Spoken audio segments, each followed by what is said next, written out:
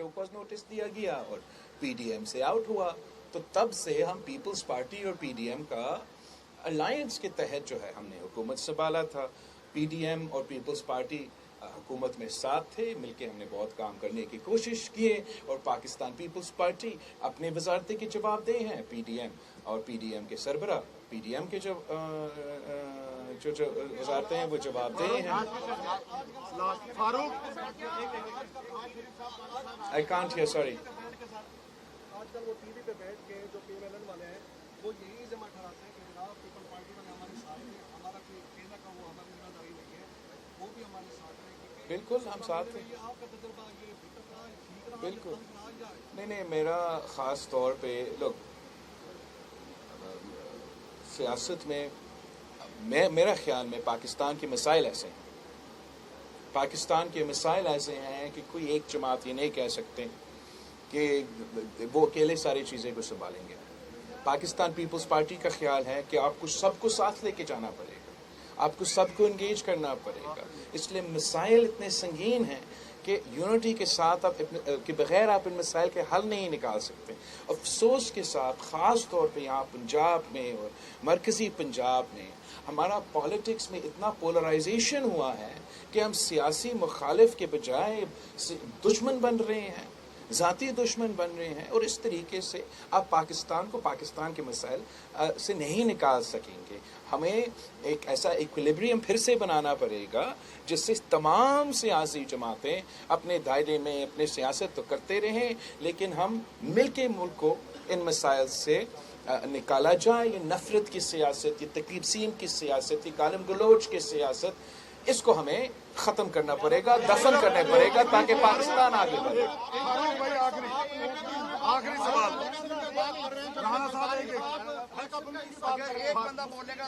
बड़ा आसानी होगा शाहीन साहब, अगर एक बंदा एक आप कोई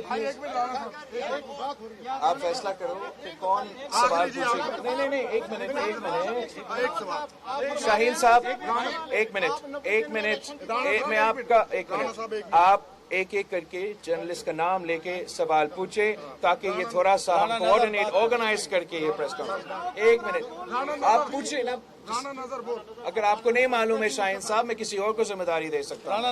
चले सियाज साहब, आप ऐसे आप इस वक्त 90 दिन में इलेक्शन की बात करें, जबकि जरदारी साहब हल्का बंदियों की बात करें, उसके बाद इलेक्शन की बात करें, तो क्या ये गैरानी इक़दाम?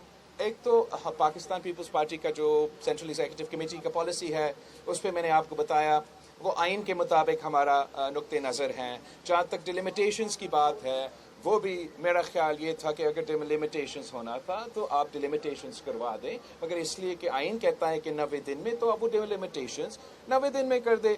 सीट्स में कोई फ़र्क भी नहीं आ रहा है तो मुश्किल नहीं होना चाहिए। अगर कोई ज़िद है या कोई वजह है या कोई मजबूरी है कि उसको आगे भी लेके जाना पड़े तो आगे लेके, फिर मेरे हाथ में नहीं है, किसी और के हाथ में, इलेक्शन कमीशन के हाथ में कि डेट कब दे। तो वो डेट क्या है? डेट 90 डेज में नहीं है। अगर मेरा सीसी इजाज़त देते हैं और मैं ये मानता भी हूँ, तो आप मुझे बताएं कि 95 डेज में, 100 डेज में, 110 डेज में, 120 डेज से 10 साल क्या इरादा है? डेट तो दो। फारूक, एक मिनट यार, फारूक 2024 में आप इलेक्शन देख रहे हैं।